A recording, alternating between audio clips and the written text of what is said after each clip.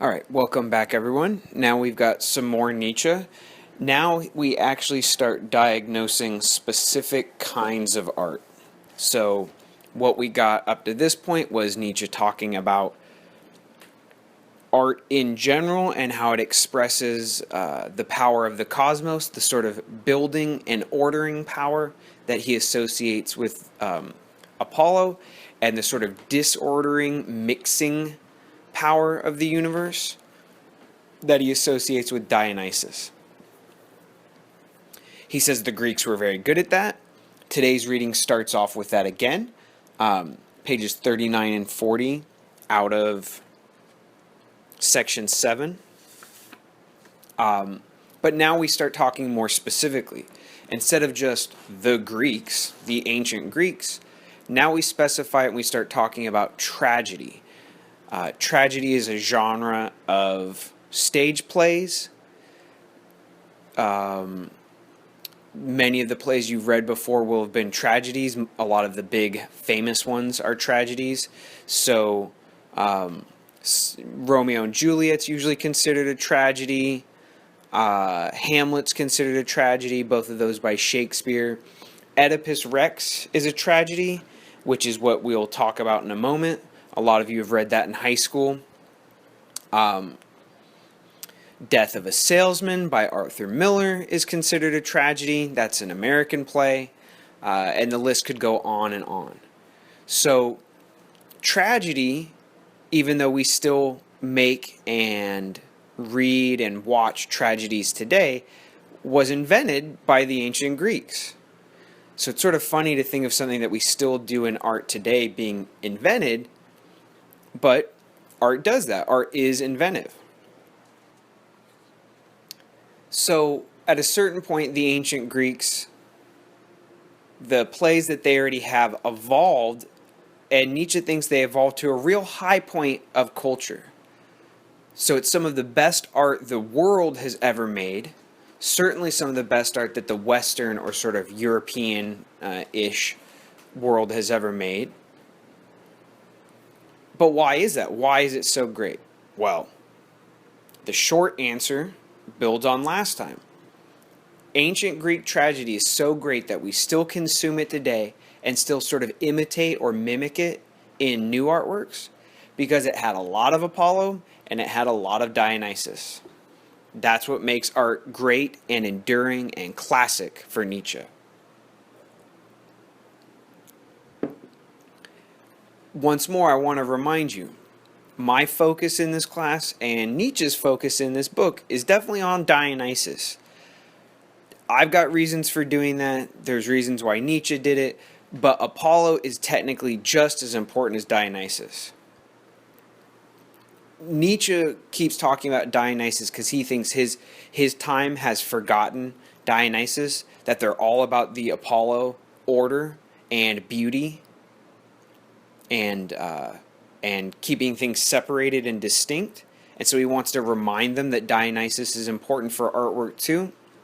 And I emphasize the Dionysus because it's definitely, it's clearly sort of radical and rebellious, and as a contrast to some of the other authors we're reading in this course, I want you to see that some philosophers are into the chaos and rebellion and the messy side of life, and Nietzsche is definitely one of them. But you'll have to remember, even though I won't necessarily remind you all the time, that Apollo is always got to be there for Nietzsche. We'll focus more on Dionysus, but Dionysus plus Apollo is the goal. That's the best. So part of why you need Apollo in artwork we see on pages 39 and 40. He mentions Dionysus a number of times there, but if you've ever seen, especially if you've seen it live, tragedy, or if you've seen live a play in general, and if not, just think about how you are with a movie. When you're watching a movie, especially in the theater, I know we all watch them on phones and stuff nowadays, but especially in the theater, if you watch a movie or live theater, you're really drawn into it, right? You become absorbed, and as he says on page 39. Okay, Dionysus will draw you in and absorb you, but when Dionysus absorbs you, it's like when you're drunk at a party dancing with your friends. It's all a blur, and it's just all, it feels good, but you're not, you're almost not paying attention. What Apollo does, though, is like when you're watching a movie and you know you're watching a movie, but you still have that moment of connection. So there's the distance between you and the artwork. That's Apollo, that things are differentiated and kept distinct or at a distance from each other. And you know it's an illusion. Like, you can see the curtain, right, on the sides of the theater. You can see other people eating popcorn. You know it's not real. And yet still the beautiful illusion draws you in and connects to you, even as you know it's not real. You know it's fantasy, and yet it's just as real to you as anything that's actually real. So anyways, that's just one way to show that we need Apollo. Apollo makes you appreciate the beauty and the skill that goes into an artwork. It's that pleasant feeling you get, that joy in contemplation, Nietzsche says. Where you just sit back and you sort of nod your head, you go, yeah, yeah. That's, of course, a key part of a lot of artwork, especially, say, for instance, of sculpture and painting, like Nietzsche says. And so that's what he says on page 40. You see it. He says, art approaches human beings as a saving sorceress with the power to heal. Art gives us this. It says at the top of 40, he says, art saves us and saves us for life. Okay? There's that push-pull for Nietzsche in good art. There's those dark truths usually associated with Dionysus. Okay? And then there's this sort of saving power of Apollo where he says, it's a dream, but I'll dream on. There's pain and destruction in the world. Well, I'll find a way to have a joyful rebuilding moment. Right? So, once more, I just don't want Apollo to fall out entirely, even if the emphasis isn't always on him. Here's something else we have to remember, and this shows up. It's part of today's, but it really shows up in the following readings. But for Nietzsche, art is not about truth. Okay? Art is not about truth. Even Apollo is not the god of truth. He gives you clear images that make sense, but they're illusion images. Right? So think of, say, I don't know, the Mona Lisa. I hate that stupid painting. I don't know why people like it so much. I've never heard a good explanation for why it's so famous. But you see her, and she's there, okay, and it's very clear. You can tell what she looks like, right? But she wasn't sitting there. He didn't get her to sit outside in front of this landscape and then paint it. And even if he would have, which he didn't, right, it still looks like a painting. It looks better than real life. So Nietzsche says art is not about the truth. But remember, Nietzsche, in this book, when he's talking about art, is also talking about life and what makes life good. Nietzsche, as a philosopher, which is weird, thinks truth is overrated. And he says, when you go to artwork, the kind of artwork that moves you the most, it's not true artwork. It's not realistic artwork. There's always the obvious illusion and artifice. So you've heard this expression before, suspension of disbelief. In movies, you have to suspend your disbelief. People don't talk like that in real life. In literature, you have to suspend your disbelief. Oh, really? The two main characters just happen to run into each other 10 years later? Come on, not very realistic. Nietzsche says, yeah, we don't want art to be realistic. We don't want it to be exactly true to life. Think about it. When you watch a movie, normally, do you watch a documentary or do you watch something that's fictional? Almost all the time you pick something fictional. Okay? And Dionysus is definitely not about the truth, just like Apollo's not about the truth, because he's about getting confused, about mixing things up, about running around, almost blackout drunk. It's not really about producing truth. It's about intensity for Dionysus. And remember, Nietzsche's going to say, reflect on that and then bring it back to your own life. He's going to say, your life doesn't have to be built on chasing the truth. It should be built on beauty and illusion. Your life doesn't have to be based on understanding what's going on in the world. You could be running around like a madman, right? An intoxicated god like Dionysus, right? Who bounces around from thing to thing and lives intensely, but doesn't necessarily have a steady or true way of life. Nietzsche wants you to be more dynamic and more interesting, not more realistic, more normal, more tied down. And we'll see that at the end of today's reading. We'll end on that same point. So Nietzsche says that when we look into the abyss and we see that what's terrible and absurd about life, it's art that allows us to get through that. It's art that allows us to overcome that. So here I'll sort of link this up to a question I want to ask you. The specific version of the question is, what are your favorite villains? Okay, to me that's just the most quick, specific way I say it. Who are your favorite villains? So the more general question I want to get at is, why in God's name do we watch some of the stuff we watch, right? Like, why do you watch Law and Order Special Victims Unit? I'll tell you how that show goes if you haven't seen it. It starts out and usually a woman has been raped or murdered or both. Sometimes it's that a kid's been abused. Sometimes it's, an elderly person been tortured, whatever. It's horrible stuff. Then the cops go around. They try to solve the crime. Ice-T yells because, he's tired of dealing with all these sickos and weirdos. Then they interrogate some people. Maybe one of them did it. Maybe they get arrested. Maybe not. And each episode's a variation on that same theme. Or the action movies we watch. Think about how many dead people are left at the end of that. Some of them guilty, some of them innocent. Right? Like the Liam Neeson Taken movies. They're awesome, right? I love those movies. But it's about a guy's daughter being kidnapped. I think in one maybe they force her to get addicted to drugs so they can use her as a drug mule. Maybe I'm thinking of other movies.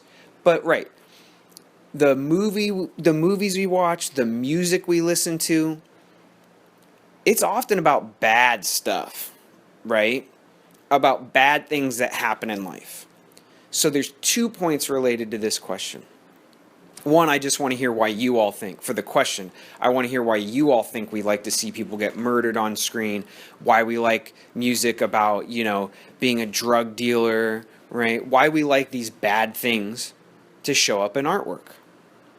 Okay. The more general point that I'd like to make here is, in the same way that art doesn't have to be about truth or reality for Nietzsche, it doesn't have to be about morality. Great art is often based on immoral things. Rarely are you going to get good art that's sort of preachy, right? That's giving you a good moral message.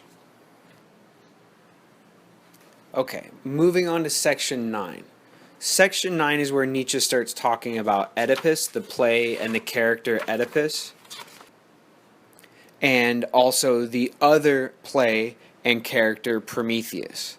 So I know it can be a bit confusing, especially if you're new to these names. It can be confusing to keep the names apart. So I will break it down. I'll try to break it down crystal clear for you.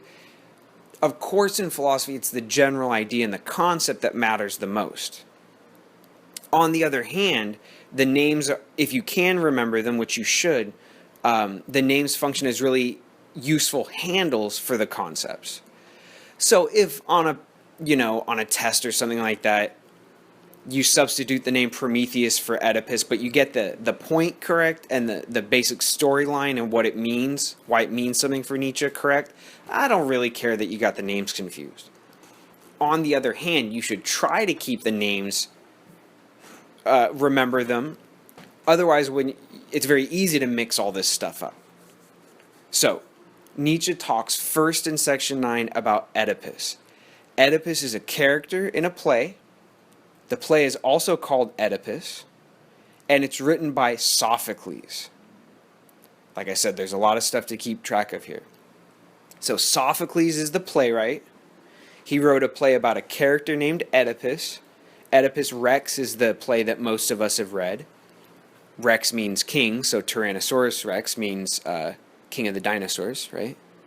And that's the one most of us have read. So Oedipus shows us a truth about humanity and specifically about truth. Okay, it tells us what it means for human beings to know truth in the world. So Oedipus, the play and character Oedipus, written by Sophocles, tells us a fundamental, important point about what it means for human beings to be knowing, truth-seeking things in the world. Okay? Okay, now put a big line in your notes because we're going to quickly summarize the other point. The other main character and play we're going to talk about today is Prometheus. So Prometheus is the character and the play is called the same thing. They weren't very creative. They sort of didn't title their plays back in the day, right? Believe it or not. People would just say, oh, did you see that new play? Which one? The one with Prometheus as the main character. Oh, yeah. And now we refer to them later by that. But they didn't always have titles, as weird as that sounds. Okay? Like, for instance, Plato, he didn't really title his dialogues. You just had them on a scroll, basically, and, but people would refer to them by these common names. Isn't that weird that a book might not have a title, that a play might not really have a title? It's very strange. Anyhow, Prometheus is the main character and title of the second play we're going to talk about. That play is by Aeschylus, and the main point there is about artists and about human creativity. Right? So Prometheus basically stands in as a symbol for the artist, whereas Oedipus is more about truth and knowledge in general. So you could say Oedipus is like a scientist or like one of your professors, and you can say that Prometheus is like an artist herself or himself. Okay. So let me quickly sum up the plots of, we'll do Oedipus first. Okay, the plot of Oedipus goes roughly like this. There is a boy born, and his parents want to know what's his story. What's he going to be in life? So they go to a prophet, sort of like a psychic, right, or a tarot card reader. Okay, and they go to the prophet, the psychic, and they say, "Tell us what's going to happen with our son." Okay, well, oops, this son is fated to be a bad person.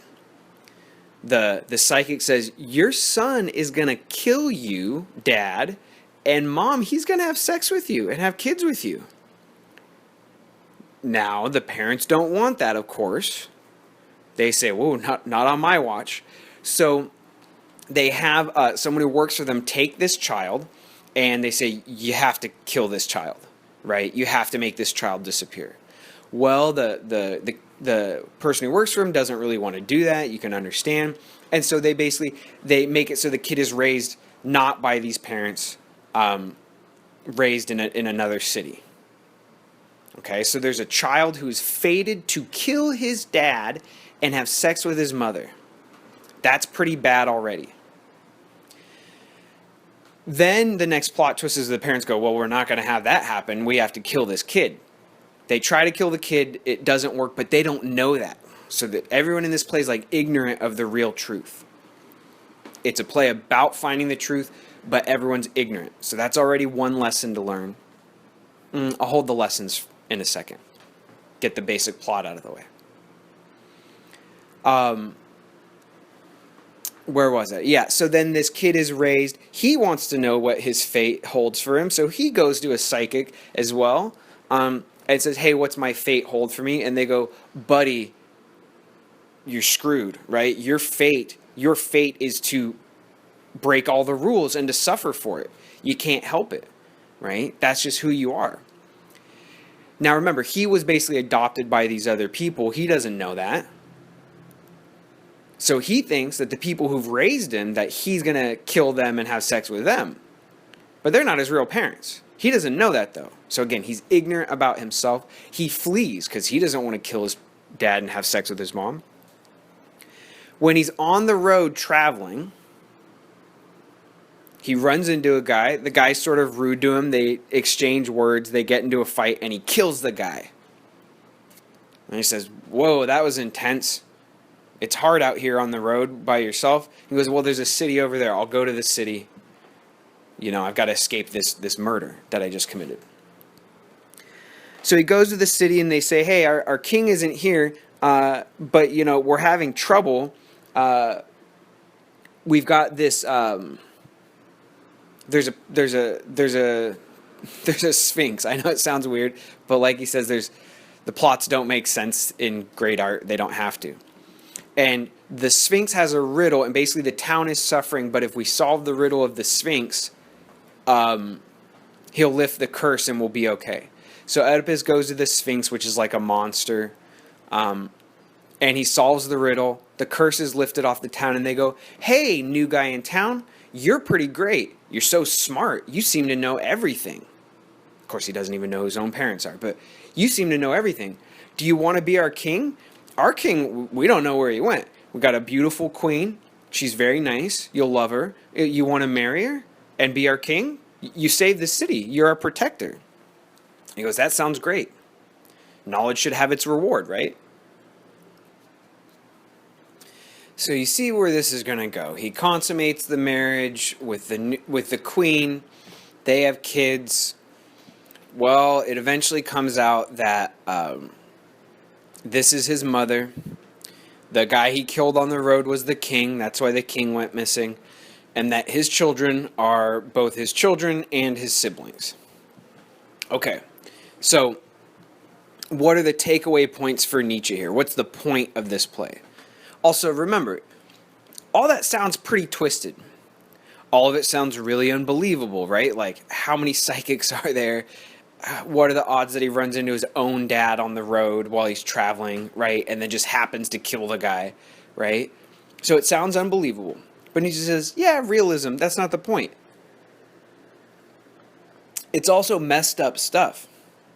It's not like the ancient Greeks thought this stuff was good or something.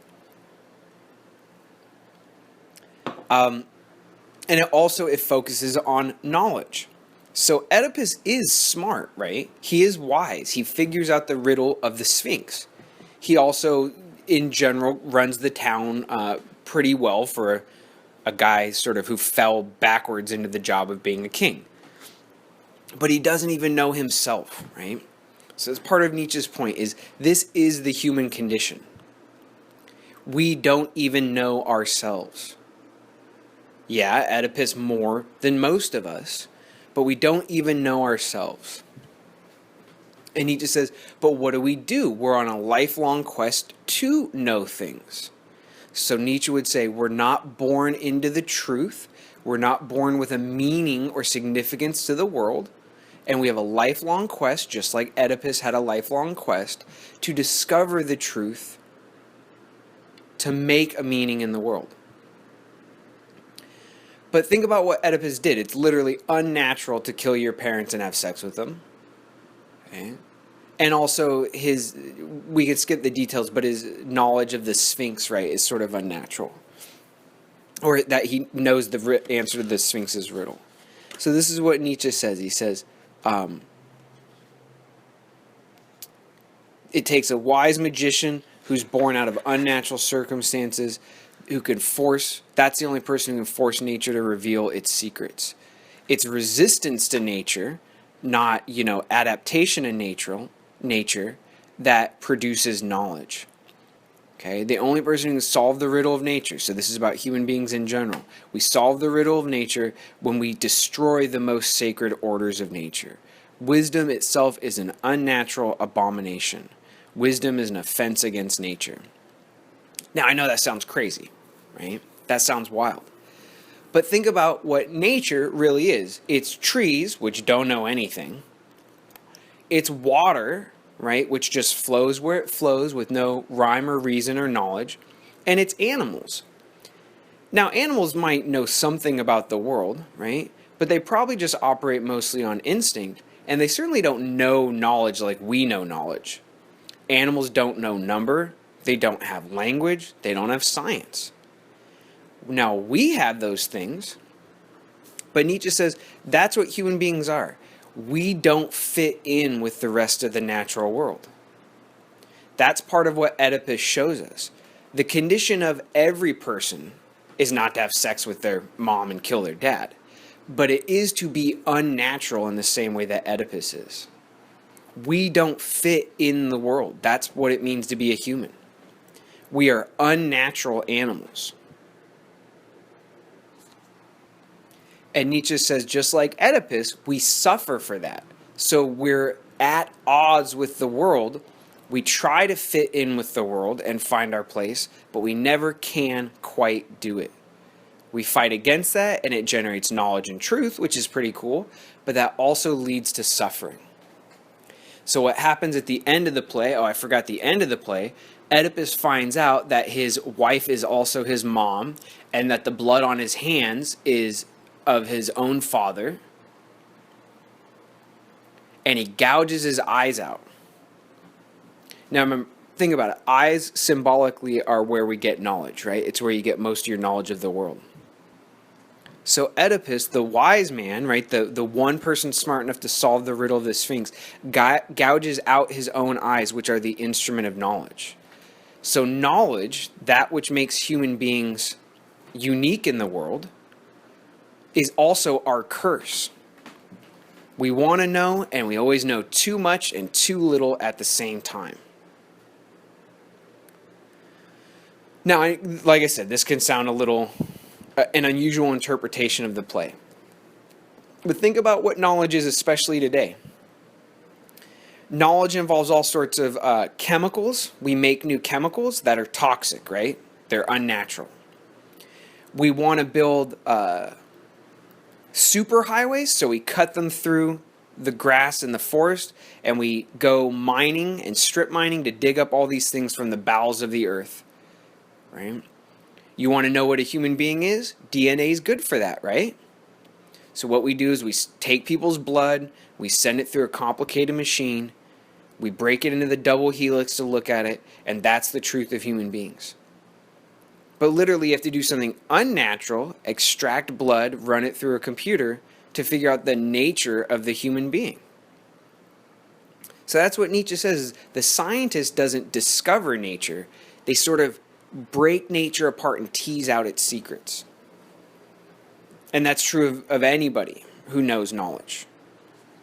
So Nietzsche says Oedipus shows us that we are stuck in a world that doesn't fit us. The rest of the world's natural and we are unnatural. Also, more specifically, human beings make truth because we have to. We're compelled, just like Oedipus, to try to find our own truth, but that actually causes us suffering. We always know too much useless knowledge and not enough useful knowledge at the same time. Okay. So there's some details in here as well about which specific parts of this play are Apollo related and which specific ones are Dionysus related.